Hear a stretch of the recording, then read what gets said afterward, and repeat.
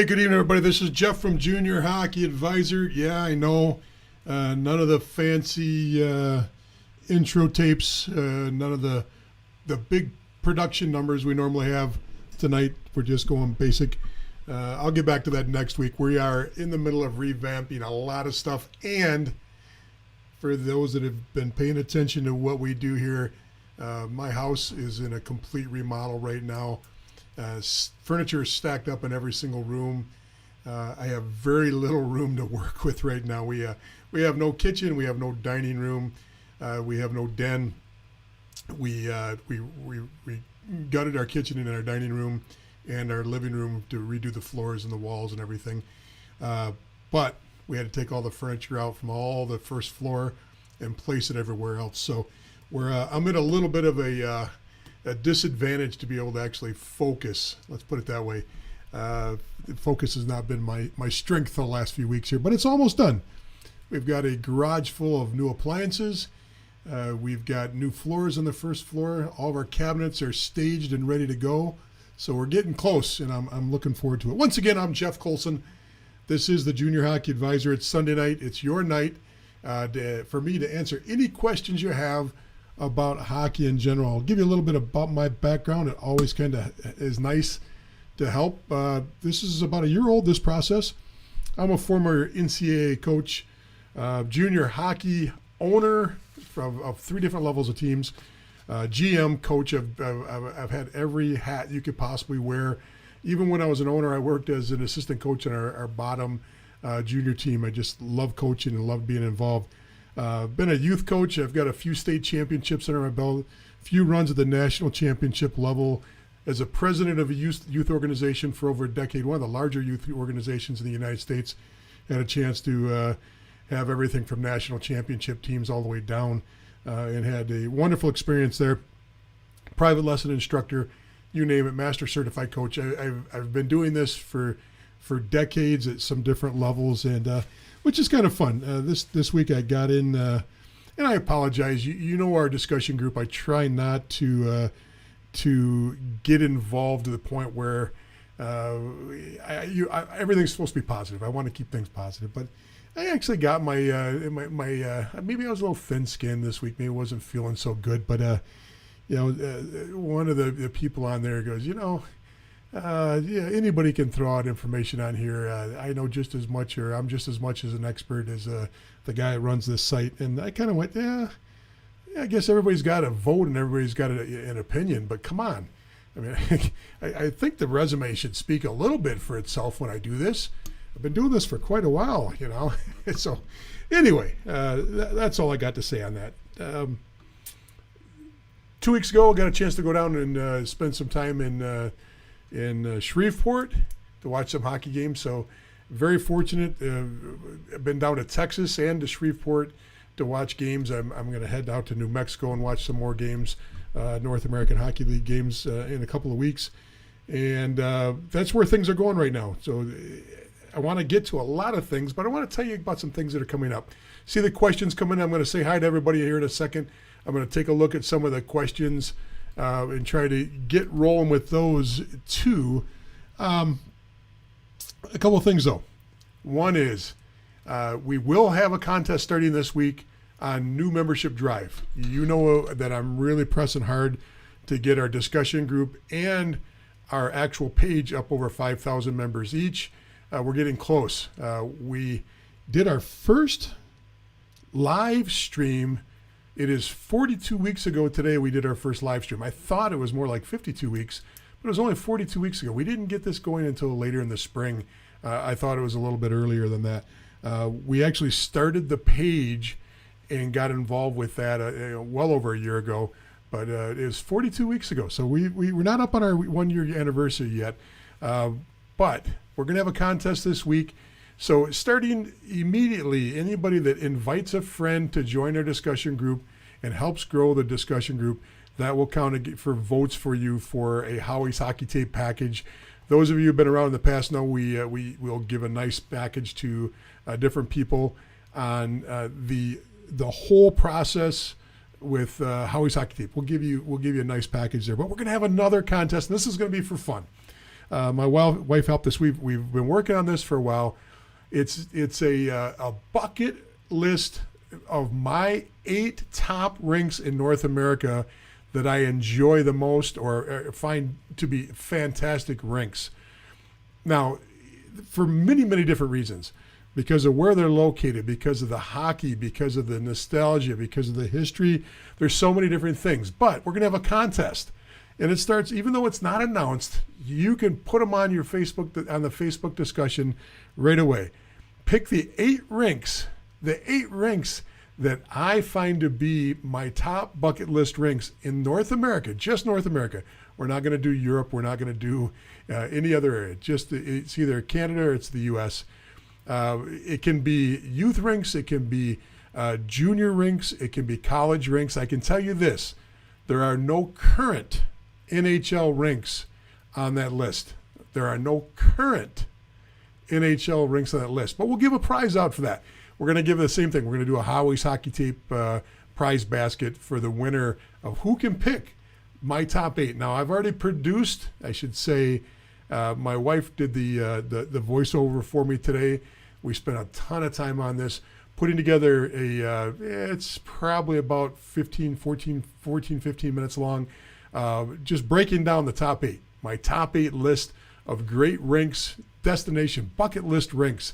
And the way, give you a little hint on this, it's places you'd want to go even if it's summertime to see a rink. It's places you want to go because there's something that happened there in that rink that's unbelievable or just incredible. I shouldn't say unbelievable because everything's believable in hockey, but an incredible event happening there, or there's incredible history there, or there's something of significance there, or it's a great destination to go spend some time with to visit family.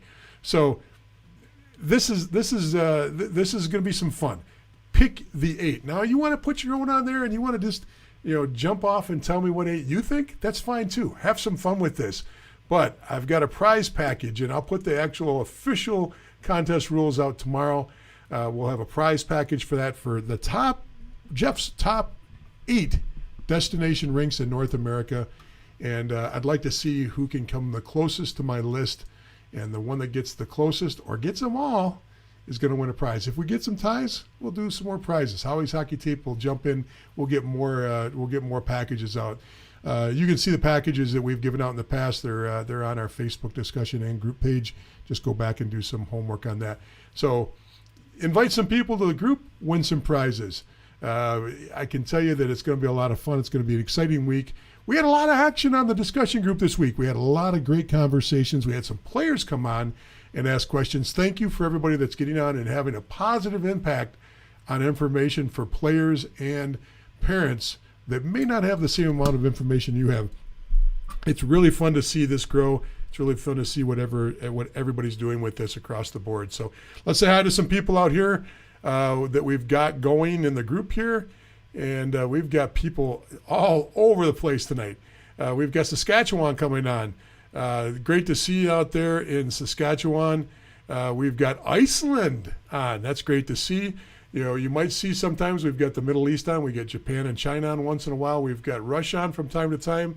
Des Moines on. New York is on. William is from Hamburg is on. Jim in Duluth is on. Perry in Long Island. Good to see you back, Perry. We've got my cousin Jeannie coming in from Flint. No OHL hockey yet, but she's almost converted. We're working on her hard to get her converted into watching more and more. I know she watches a lot of hockey because she watches her cousin play quite a bit, and that's good to see that she's watching some American hockey.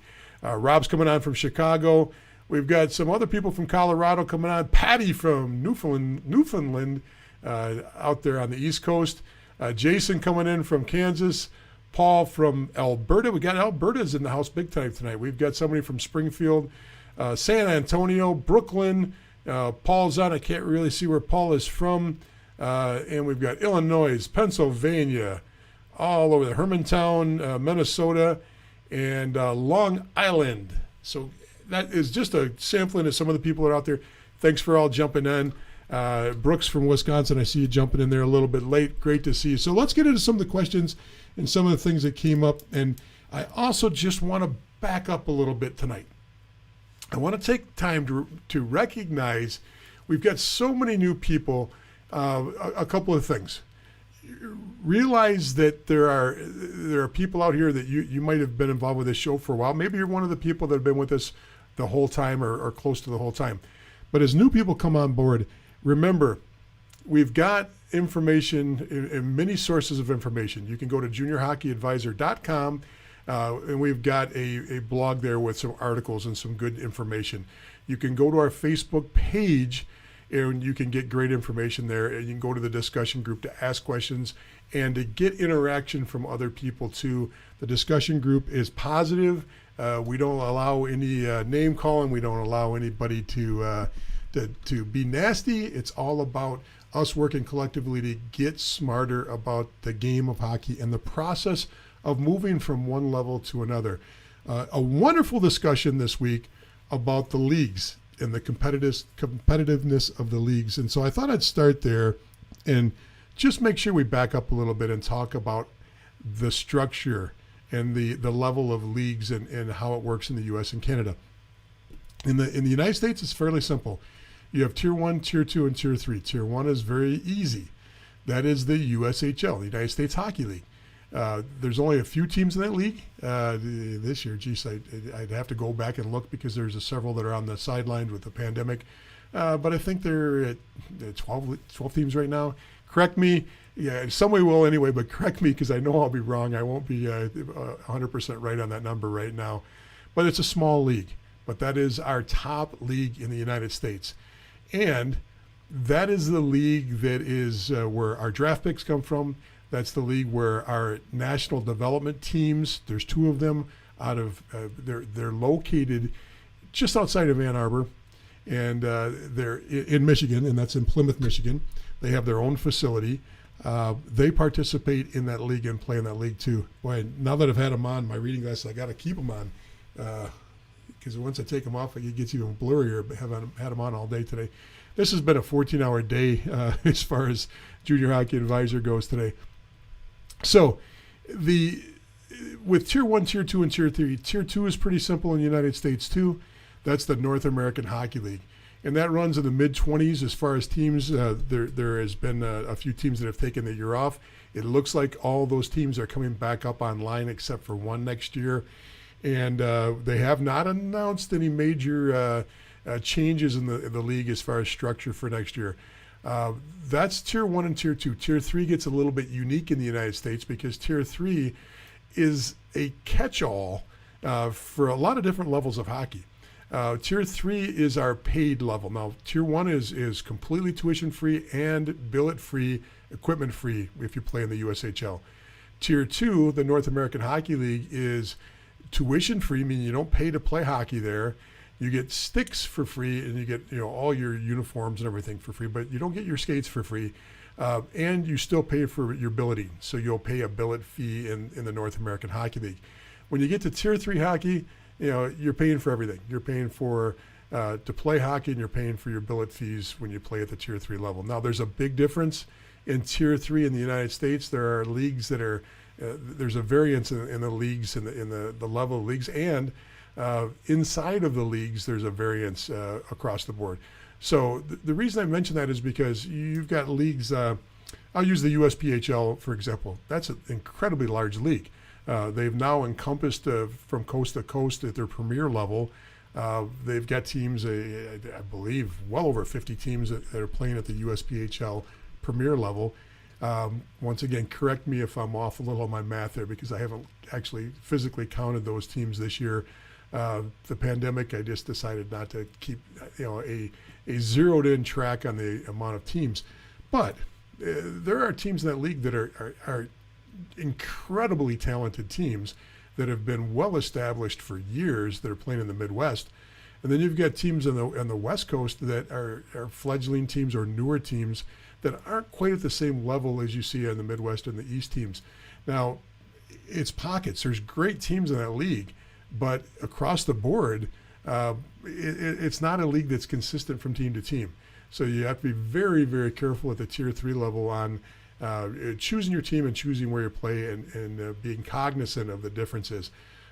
Your strongest level of participants in that league, or excuse me, at the Tier 3 level right now, the EHL and the North American Hockey League 3, the NA3HL is what it's called, and the US PHL Premier. Those are your three big boys, but inside of them, they all have their highs and their lows. Their standard deviation from the top to the bottom, it can widen out a little bit, especially because the amount of teams. The USPHL has a little bit more of a variance from, really high-end quality teams to teams that are just struggling to keep themselves afloat. So with that said, there is one other nuance to the system in the United States. You've got your Tier 1, Tier 2, and Tier 3. You have one league right now, which is the NCDC, which is part of the USPHL. They're self-proclaimed Tier 2, okay? Self-proclaimed because it is tuition-free. There is some quality hockey there.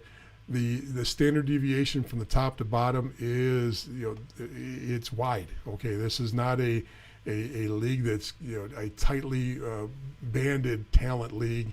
The top is extremely strong. The bottom can be extremely weak. So that's calling a spade now. There are other leagues like that. The North American Hockey League has some weak components. However, the North American Hockey League, the team that's the very last place team in the league right now, has 11 Division I commitments on the roster. So it's hard to compare the North American Hockey League to the NCDC right now because, once again, you have to look at where your production's coming from as far as NCAA Division I talent. The USHL is clearly where the top players go. The North American Hockey League is the next echelon down, just chock full, and the production of the amount of players that come out of the North American Hockey League to Division I and quality Division III programs is astronomical because they've got 20 plus teams. So that kind of gives you a nutshell version of how hockey sets up in the United States. In Canada, there's three levels, and there is a little bleed over from the Canadian leagues because they all have some presence in the United States. There is the major junior hockey level. Major junior hockey is three different leagues that are across Canada. That's the WHL, which breaks down into the Ontario Junior Hockey League. It breaks down into the Quebec League and the Western League. Those are your three leagues. That is considered professional hockey as far as the NCAA is concerned. So if you're college bound, there are very tight restrictions on how much exposure you can have to major junior hockey before you lose your eligibility to be NCAA bound. Now, there's speculation that's going to change. There's speculation across the board that that rule is going to go away and that junior hockey is going to be junior hockey across the board, and that push is coming from football and basketball in the United States because you can see that there's starting to be a push for a professional status, you might want to say, or revenue sharing, or the ability to get revenue from your likeness and other people taking advantage of your name. Now, that's a whole argument in itself. Is a scholarship enough? Is that enough for a kid, male or female, to compensate them to play college? Most of us that have grown up with the scholarship in mind think, that's great. That's plenty. That's more than what the amount of money you get for a scholarship is more than what a lot of minor pro athletes are making in baseball, basketball, or hockey. So a lot of people look at that a little bit differently. However, there is a push now to say that the revenue sharing across the board is going to open the door for the major junior level players so that we can just share hockey players anywhere we want. I don't know if that'll happen or not, but there's a lot of conversation about that right now. I am not a part of those conversations. That's not my bandwidth. That's not my lane. So I don't really get involved with that much. So that's your top part in Canada. Your next level is the CJHL.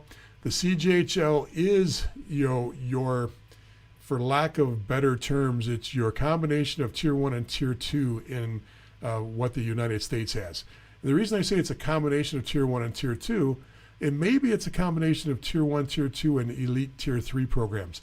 Because inside the CJHL is considered Canadian Junior A, not Major Junior A, Canadian Junior A. and it's comprised of 10 leagues. And it starts on the east in Quebec and moves across with every province that's along the border being covered. Meaning, if you start over in the British Columbia, you have the BCHL. Then you move over to Alberta, and you've got the AJHL. Then you've got Saskatchewan and the SJHL. Then you move over and you've got Manitoba. You can move all your way across. The only difference is in Ontario, you have 4 leagues now. You got the OJHL and the CCHL, which are your 2 largest in the greater Ontario area. But then you've got the Northern Ontario Junior Hockey League, which is pretty much, if you look at it's above the lakes, and it's a little bit more above Michigan and the Upper Peninsula of Michigan, and kind of swings around in that area. Then you've also got the Superior International Junior Hockey League, which is part of that too. All this is online. You can go to the CJHL website, or you can go watch any of our videos, because we do a ton of videos on this subject that covers how these leagues work. Now, the reason why I say it's kind of a combination is because the CJHL has everything from tuition free. BCHL teams are tuition free teams, and they play in front of very large crowds for the most part. They're very intense in the BCHL, unlike what a few people tried to argue. In fact, just one on our thread tried to argue that the BCHL is passé, it's past its prime, it's out the door. Sans the pandemic, that can't be farther from the truth. It is still one of the top producing, and is one of the top producing leagues. It's either always second or third consistently for the last decade as far as the production of the Division I talent. It's always has NHL draft players in the league, and it always has what usually is some of the better prep players. Players that come out of prep hockey on the East Coast of the United States tend to gravitate towards 2 directions. Some half, it's 40 to 60 plus or minus a little bit there, because it changes year to year, will go to the USHL, and the other half go to the BCHL. They don't go to any other Canadian league out of prep school. They rarely go out of prep school straight to the North American Hockey League, although we have seen a little bit of a change, and we're starting to see some of the players go into the North American Hockey League in the last year or two. Once again, pandemic can change all this. I've been working in these fields for years. I don't know what will happen after the pandemic. I don't know if we'll see a change. I don't know if we'll see all these numbers skew around. I'm certain that there's going to be some things that will evolve because of the catalyst events. Anytime you have these kind of major, earth-shaking moves in anything, in business, in politics, in sport, you'll see some change come out of this. So I'm not really sure what changes we'll see and how exactly it'll look, but we'll get some change on that. With that said, on the other end of the spectrum, you have leagues that are smaller, they're less developed, they're in areas that aren't as solid with the numbers of players that they can actually attract or approach, and don't do as well at producing players that move on to the NCAA college level. So your BCHL is on the top, and then there's an echelon down from there, a sliding scale, you might want to say.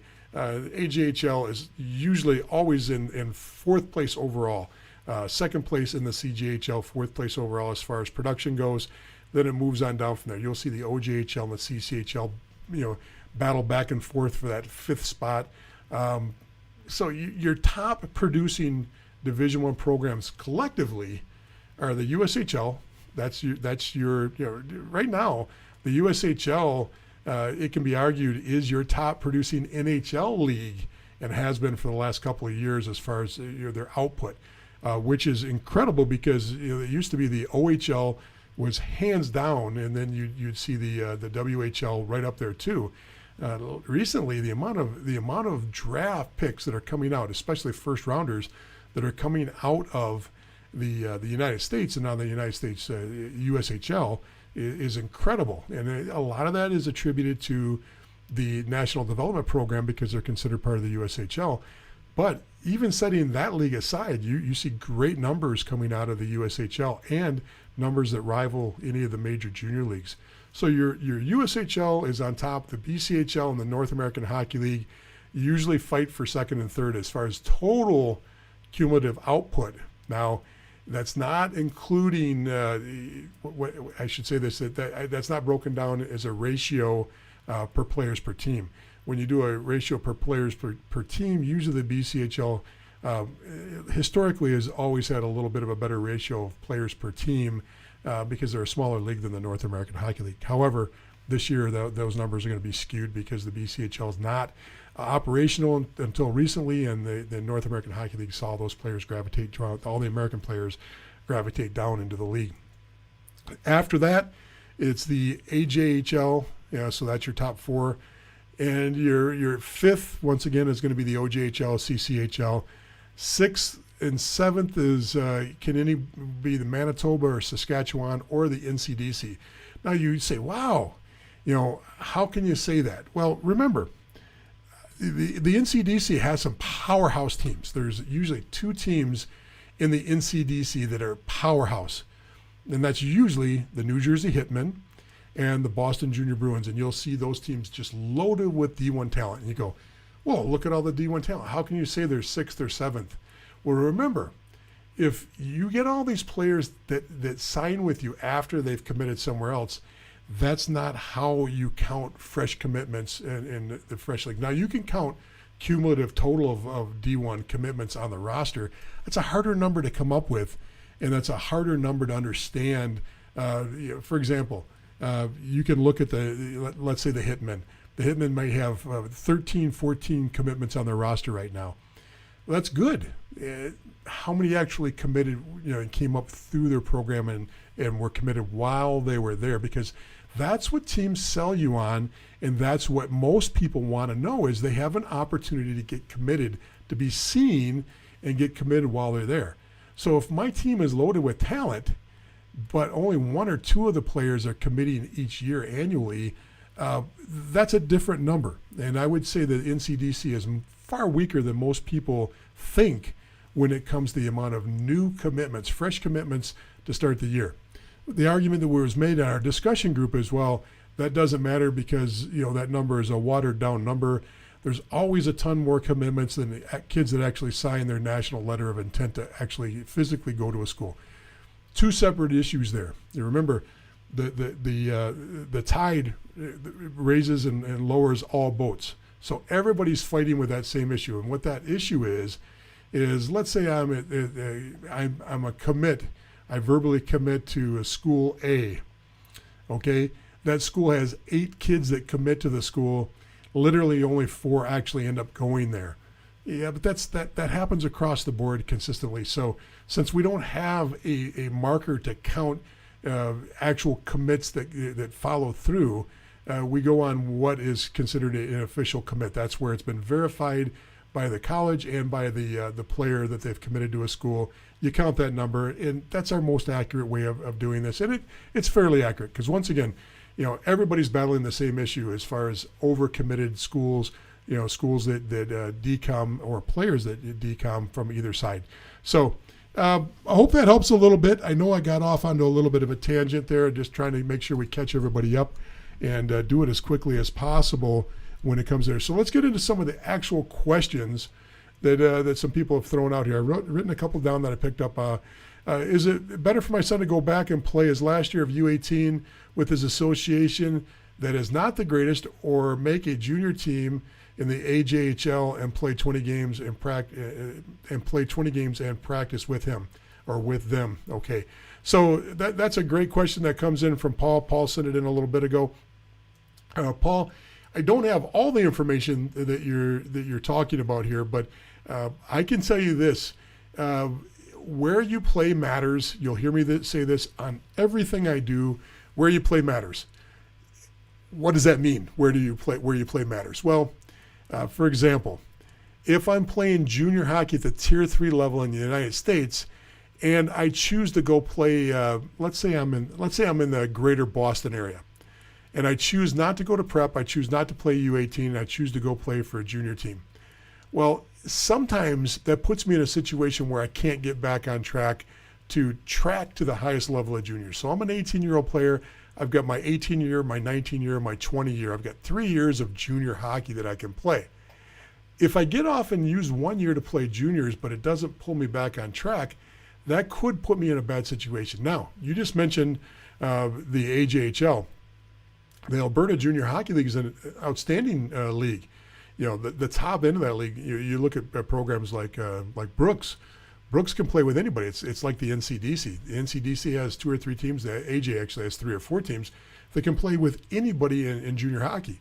They're that good. The Brooks program has a roster that can rival any team in the BCHL, any team in the USHL, and any team in the North American Hockey League. They're good, okay?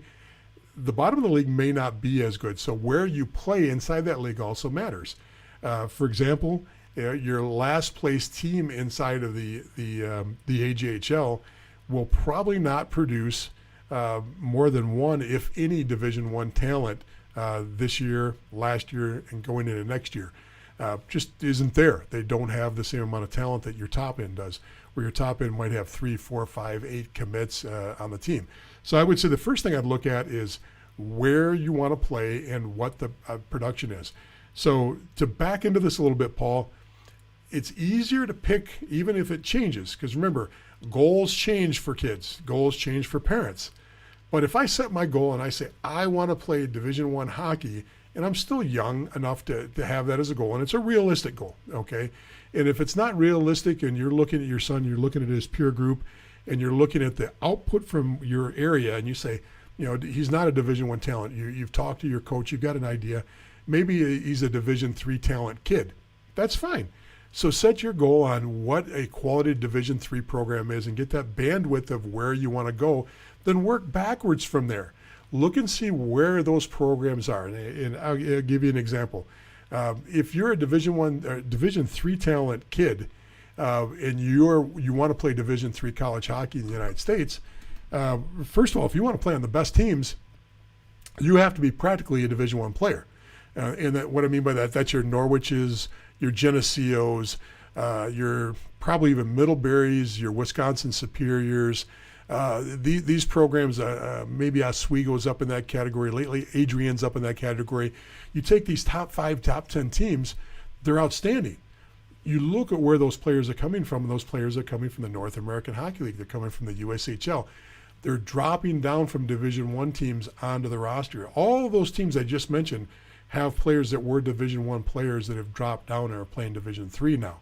So then you have to understand that if that's, okay, maybe that's a little bit more of a stretch than I thought, because it usually is. When people start talking about D3 hockey and they look at the top 10, top 20 teams, they go, ooh, maybe that's a little bit better than I thought it was.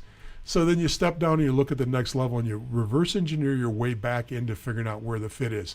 Now, I'm an advocate that all things equal, play U18.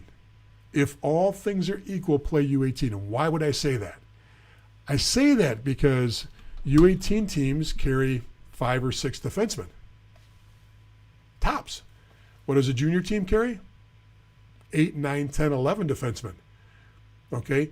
If I'm on the bench, and now because you see these junior teams now that'll carry 7D and carry 13 forwards, because they're allowed to now, especially I think they added the one for pandemic, but in a normal year, 4 lines and 3D plus 1 are allowed.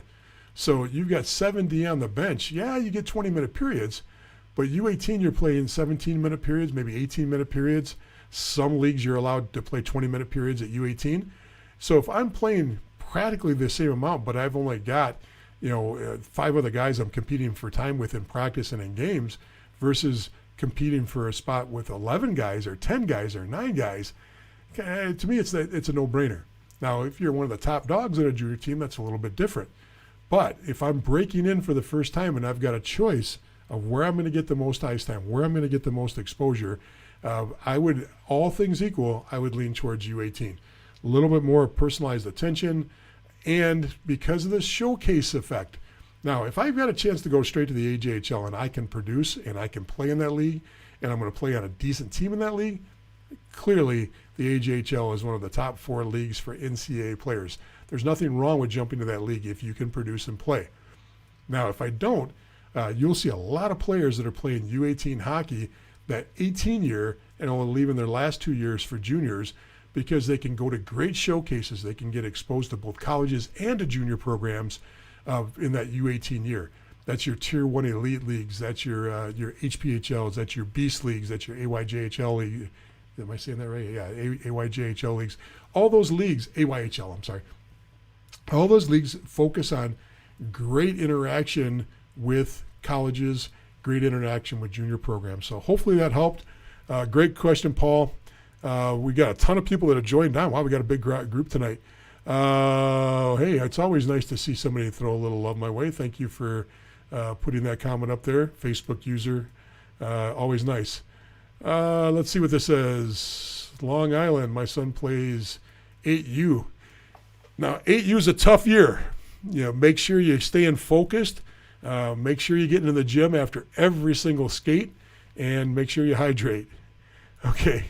Do you think that Kennel will open up for players next season? This is a great question, and Gina, thank you so much for this question. Wow. I'm finding it hard to believe that we could get into next year and not be opened up. If we've already, supposedly this week, the United States surpassed 100 million vaccinations.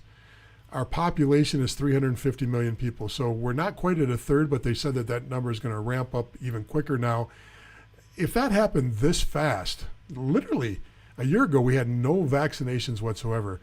I'm assuming that in the next few months, that the vast majority of our population is going to be vaccinated. If that's the case, I can't see how the borders won't be opened up. But politics isn't my bag, and I'm only speculating. My opinion on this, just like anybody in the hockey world, is really just an opinion, because none of us in the hockey world really have a say in how this is going to happen and how things are going to go on this. So, all right, let's get back to the another question here. Perry asked, what's your thoughts on the EHLP and the EHL? I don't remember you talking about those leagues. Well, the EHL is a phenomenal league. That's the Eastern Hockey League. It's a Tier 3 league. It's on the East Coast, and it is what happened a few years ago is there used to be a really strong league called the Eastern Junior Hockey League. The Eastern Junior Hockey League, for lack of, to shorten the story, the 70% of the league, 65-70% of the league jumped over to become what is now the NCDC, and the rest became the EHL, and they added some other components to it. The EHL never was on the same footing with the EGHL and eventually the NCDC after that. But what the EHL has done, even though the league is new, most of the franchises inside of the EHL are long producers of good hockey players. They've been around for quite a while. The EHL has found its very narrow niche. They are a D3 production league, meaning you play in the EHL. It's first of all, it's a league of destination. And what do I mean by that? Understanding that there's two different leagues. There's a league of advancement, and there's a league of destination when it comes to juniors. There's teams of advancement, and there's teams of destination. The NCDC and the EHL are both leagues of destination, meaning the NCDC does not want to see their players move on. They want to see their players stay there. The EHL, it's not so much that they don't want to see their players move on to the NAHL or move on to play in the USHL. It's just the level of players they get, for the most part, aren't going to move that level. So you've got these two pockets in these two different leagues, two separate leagues that are leagues of destination. Juxtapose that to the USPHL Premier League, which is a league of advancement, meaning it's designed that the better players move through to get to the NCDC or beyond. Okay, it's not meant to be a league of destination where you're there. They sell themselves on the fact that you have a chance to play at a higher league. The EHL is a league of destination. It's a good league. It has great production numbers. It has really good production numbers to move on to Division III college hockey and quality programs, because it's East Coast based, and Division III hockey for the most part is East Coast based. They get a lot of exposure to the teams along the coastline there. The Boston area programs, your East Coast based programs, do very well at producing players that go on to play college hockey. So no problem with that at all. Now, when you talk about the EHLP, that is the league that feeds into the EHL. There's nothing wrong with it at all. Once again, though, look at the production levels that you have. There's pockets of really good, well-produced players in that league that have had extremely good coaching. But you have to look at where that league is taking you, what direction you're taking you. So Perry, if you want to get a little bit deeper into that, use Elite Prospects. Look at the EHLP teams, and then look and see where their players go. It's pretty easy to do. You can pull it up on Elite Prospects. If you don't know how to use Elite Prospects as a search tool and as a tool to help you and guide you, I've got a video out on there. It's a video. The thumbnail's yellow and it says the top 3 websites you must use or something like that. You can pick it up. You can find it. It's pretty easy to find. So hopefully that helps, Perry. Clarified a little bit more if I didn't answer that clear enough for you. What do you think of the MJHL compared to the AJHL? Well, the MJHL is a roller coaster from time to time. Some of the teams, obviously the top 2 or 3 teams in that league are outstanding teams. You've got great coaching, great history, great tradition, great fan bases. There's little you can say about the MJHL except for consistency on talent. Not always a league that has great output as far as players moving on to play NCAA Division I hockey. Now, if that's the metric, I would say that's they are one of the 4th, 5th, 6th. They're in that range inside the CJHL as far as overall talent pool. But remember, a lot of players on the Canadian side don't look at it the same way. They're looking at the experience. They're looking at playing hockey, and they're playing in front of great crowds. They're playing with good coaches. They're playing in wonderful barns and small towns. It's a great experience. So the MJHL and the SJHL both have their place, but comparing them to the AJHL, a little difficult to make that comparison. Once again, most of the AJHL teams, if not all the AJHL teams, are tuition-free teams. I don't believe there's anybody in the MJHL that stayed tuition-free. So that's a first jump. You're going to see talent gravitate towards free hockey. It's natural. The AJHL has teams that can rival anybody in hockey on the top end. The MJHL does not have that same ability.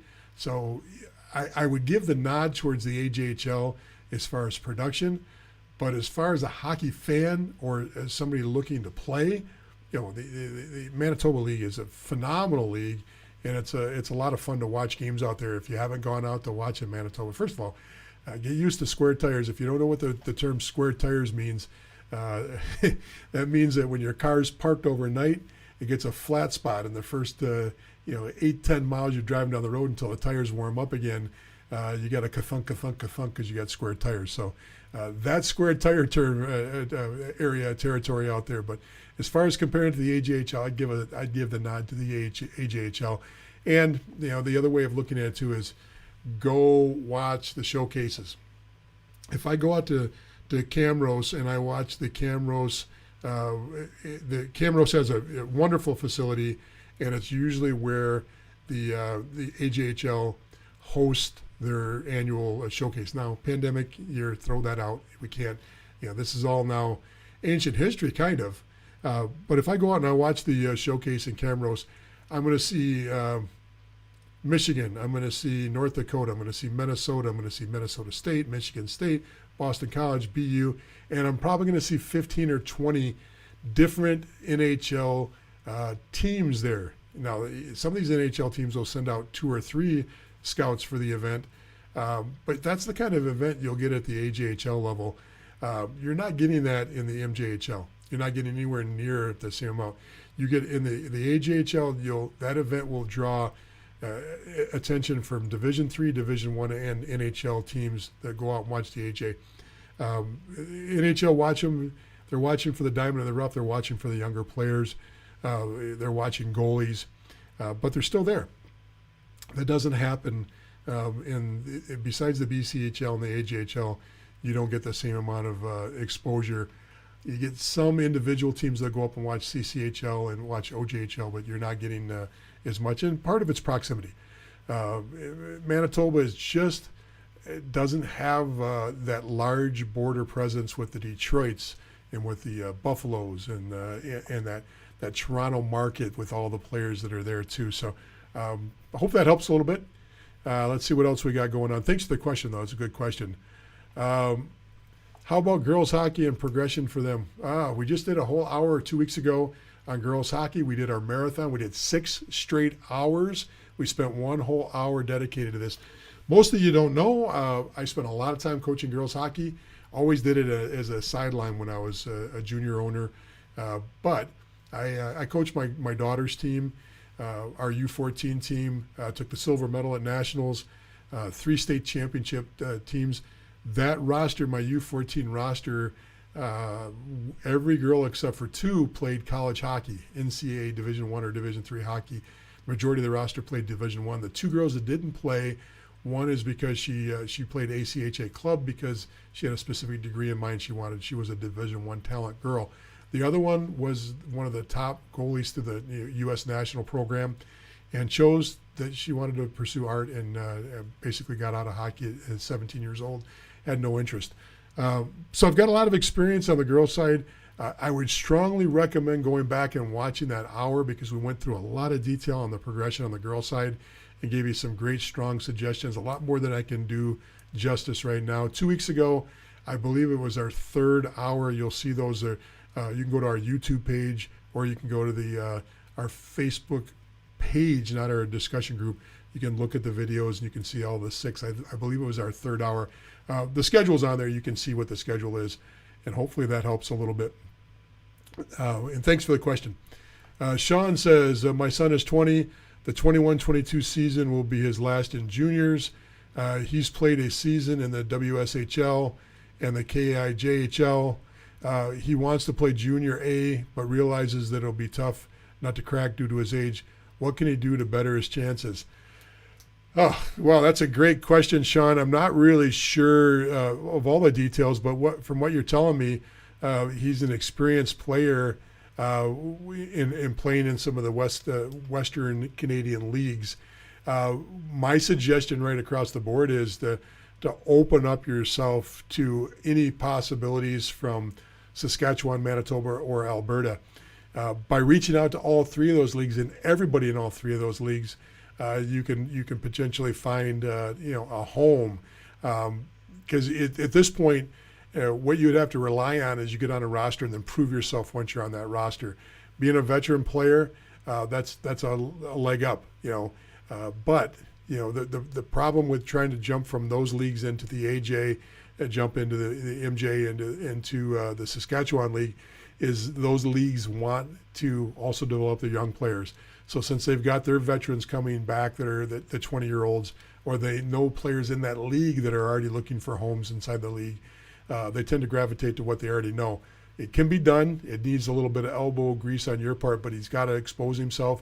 Email every single coach that you could possibly email inside the AJ, the SJ, and the MJ, and you're looking for anybody that will open the door to you. I would especially look at teams that are on the bottom right now. And I'm not picking anybody on the bottom, but if you look at a program like Olds in the AJHL, they've had a couple pretty bad years, last couple years. That's a team that might take advantage of a older, stronger player to jump on a roster. In the United States, the same thing goes. You're not going to move from the leagues you're in right now into the North American Hockey League or into the USHL, but you could potentially work your way onto a premier roster or an EHL roster. But it's going to take a lot of elbow grease. It's going to take a lot of emails, texts, and phone calls, and showcases. The other thing too is jump into these Boston area showcases. 1 or 2 showcases could open up the door for you to end up on an East Coast American team if that's what you're looking for. You've got a Western a gentleman out in Western Canada. I'm not sure if he's in Alberta or if he's in British Columbia, but if you go on to the for example, he runs teams in the Boston area showcases. Just go to their website. You can see the Western Canada. Sorry, I lost my train of thought. What his teams or what his program's called? But hook up with him. Get on one of these showcased rosters and get yourself out to Boston and see if you can get picked up by a team out there if that's what you're interested in. So we got back to the MJ question. That's just a comment going back and forth. We don't need that. You guys are talking amongst yourselves. Let's see what else we got here. Can you recommend a coach or a training facility to add legit quickness to a 16 or 17-year-old this summer? Yes and no. I'm going to tell you right now, quickness at 17 years old is absolutely something you can work on. Quickness, agility, power. Remember, there's a direct relationship between power and overall quickness. There's a reason why you see the NFL and the NHL use vertical jump, vertical leap to produce a number for them, and that directly correlates to how fast somebody can explode from a standstill. With that said, I would look more at a process than an individual there. I'm a firm believer in a productive process, meaning it's got to be a 6 or 8 week window. You can't go and spend a week with somebody and come back and go, ta-da, I'm done. I've learned how to be fast. Okay, what you can do is you can get involved with a program, and because you need that time, you're probably going to have to be in a local market. You're going to have to be in your market. But there are franchises out there. I used to own 2 of the Athletic Republic franchises. Now, Athletic Republic, many of you may know it because of the skating treadmills. Skating treadmills are phenomenal tools. Once again, it's a tool. It's not the end all be all. It's part of the process, because you can do, I'm going to get a little technical on this, but you try to work on stride length and stride frequency. Those are the 2 things that actually improve you. So you're looking at an angle of attack of the blade. You're looking at your knee positioning over your skate blade and the return product. In other words, how efficient can you return that back to a glide position from your longest stride point? Now, with that in mind, all that can be measured on the skating treadmill, and video along with the skating treadmill can do wonders for you if you've got the right instructor. If you got somebody just turning it on and saying, get on, get off, get on, get off, get on, get off, and aren't putting the science that a company like Athletic Republic puts behind it with protocols that are proven, they're tested, they're guaranteed, that's what I'd be looking for. I'd be looking for a longer process. I'm no longer affiliated. I know a lot of the people. I still am in contact with the CEO of the company. I sat on their international board for years. So I have a great relationship with that company, but I'm not giving them a plug for anything other than I believe in the company, I believe in the process. So I don't have individual names for you. I would shy away from the skating instructors that sell you on the come spend a week with me and learn how to skate. First of all, there are 3 stride techniques that are taught in North America right now. There's a European stride, there's the traditional Canadian stride, the North American stride, and then there's a company out there that teaches their diamond approach stride. That company tends to be very, very big and popular with youth and does a lot of barnstorming and does a lot of youth things, and the name's fairly popular. I just be careful because it could actually set you back instead of putting you forward. Now, if you came up with that stride and you stay with that stride all the way along, that's great. But it's like going to a European stride instructor after you've been taught in what we consider the North American stride. I can get into the different mechanics in that, but that's a whole different show. I just be careful. Look for a 6 to 8 week window. Look for somebody that can give you a program and actually uses video and actually uses a produced program. In other words, here's where we're starting, here's what your metrics are, here's what you measure at, and then gives you a weekly production of where you're at, an output, shows you what you can do to improve and what you're improving on. You got to get stronger at 16, 17 years old. That's part of it. But stronger with technique and being functional is just as important. So yeah, two components there to becoming faster and to getting better on that. Hopefully that helps a little bit on that question. A little bit of follow-up on that. You want to build speed to your 16 player besides off-ice training with a coach. I would recommend a weight vest. Okay, Brent, I hear what you're saying about the weight vest and using weight vest. There is some components. So there's a lot of people that argue against weight vest, or I shouldn't say argue against weight vest. They argue against the amount of weight used. Most of the people in the industry, it's like weighted sticks and weighted pucks. Up to a 10% increase in weight for on a puck, you add 10%. Unfortunately, weighted pucks are much more than 10% on the overall weight. Using weighted sticks, most of the experts and people that are on the science side of things, not somebody that produced it, or not somebody that works for those companies, or not coaches that uses these, but I'm talking about the people that actually study the direct effects of tools, the tools. And once again, there's people out there like Steve Swanson that have spent their life studying, how to make an athlete faster, how to make a hockey player faster. John Frappier, Steve Swanson. If you want to read information on things like how to get faster, I'd start with those guys. And a lot of the process is built off of what we consider the old Russian training methods. And a lot of the things that the Russian training methods were extremely successful. The problem is that the Russian training methods were, hang on to this bumper and we'll make you run really fast. Well, it actually works. The problem is it's not too safe. In fact, it's not safe at all. So what happens is the body's made up of, it has what's called the GTO, the Golgi tendon organ. Now, you can't really hold on to it's a nervous, part of your nervous system. But basically imagine an engine on a lawnmower. Every engine on a lawnmower has a little screw that allows you to turn up the RPMs, to turn it up, to make it go faster and stay consistent there.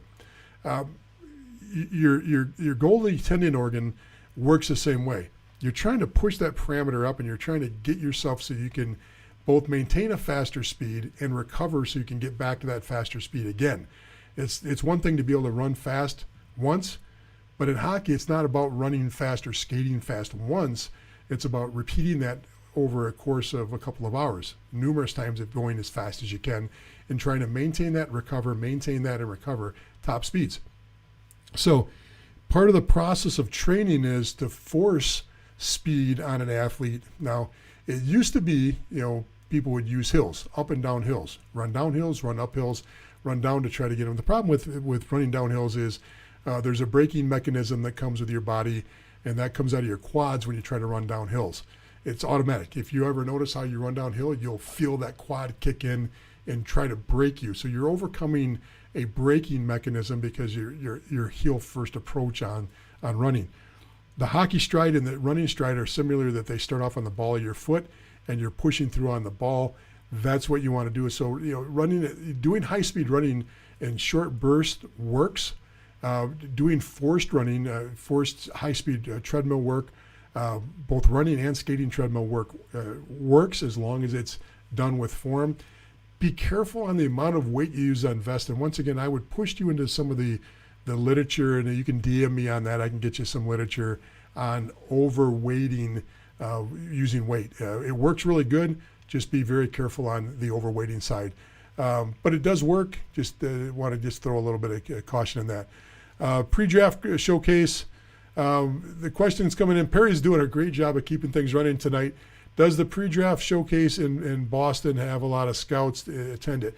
Not as many as it used to, but that's okay.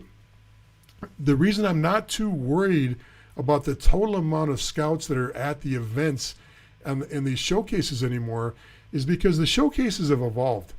The people that are running the showcases are now respected members of the hockey community. It used to be the guy coaching the showcase team was a dad that either his son said, "Hey, Dad, me and my buddies are putting together 10 or 15 guys to play in the Chowder Cup. Will you stand on the bench for us?" Or it's an assistant coach that goes, "Hey guys, let's get a team together and we'll go play in the Chowder Cup, or we'll play in the pre-draft." Nowadays, these are professionals. You get your top 8-10 teams that are in these events, and I should say not teams but organizations, because most of them run multiple teams. These are now guys that are directly affiliated with the USHL. They're directly affiliated with the BCHL and the North American Hockey League. Because they have that direct affiliation, these are guys that people pick up the phone and call and talk to about their roster and about other players that are in the organization. I don't know what the heck happened over here, but I just had some of it. Oh, my iPad, the little Siri thing just went off on it. I guess I said something that sounded like I was requesting something from Siri. It scared me there for a second. I was like, what the heck is that coming up? So do you need to have as many scouts at these events? Now, you'll still get a dozen and a half people, D1, D3 programs, but it's the drive home guys. It's the guys in Boston that are still going to the rink because they're a D1 coach or the D3 coach, and they're driving home on Thursday and the showcase started, they go and catch a few games. Rarely are you seeing people in the stands all day long, and you're rarely seeing as many people fly into the event like you used to see. Don't think it's a bad thing. I still think you get great production out of these events. I think there's great exposure, but the exposure is coming in a different way now. Less people in the stands watching you, more people talking to the coaches and assistant coaches and general managers of these showcase teams. So being there, being on the roster is good for you, and getting to know the people that run the events, the teams, is extremely important. Still, where you'll get the most effect out of these if you're looking for a Tier 3 junior team. There are a ton of Tier 3 junior coaches that use these showcases to find talent and find players. So if you're looking to play in the NCDC, USPHL Premier, or the EHL or the NA3HL, there are going to be tons of opportunities.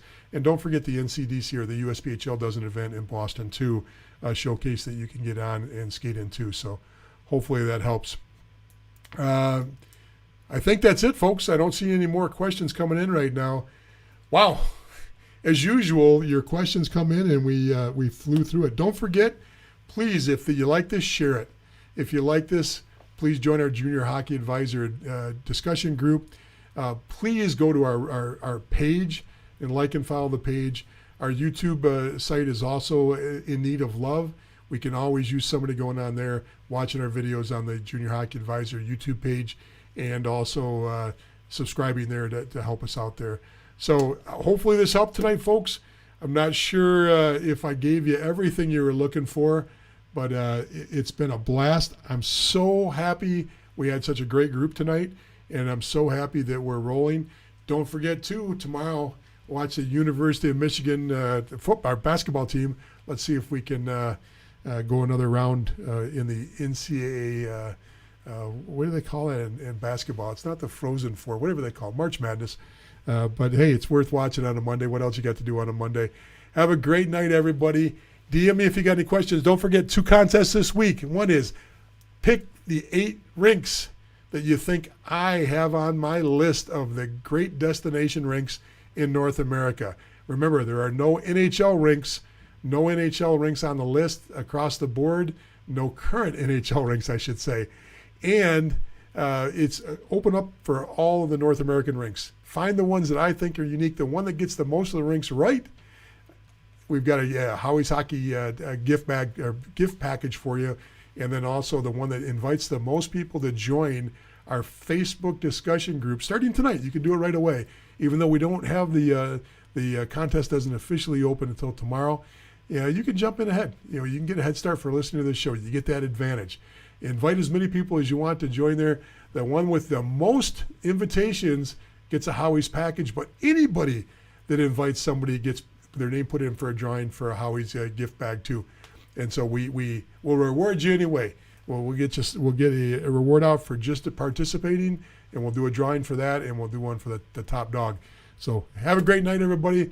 This is Jeff Colson, and I'll see you next week on the Junior Hockey Advisor.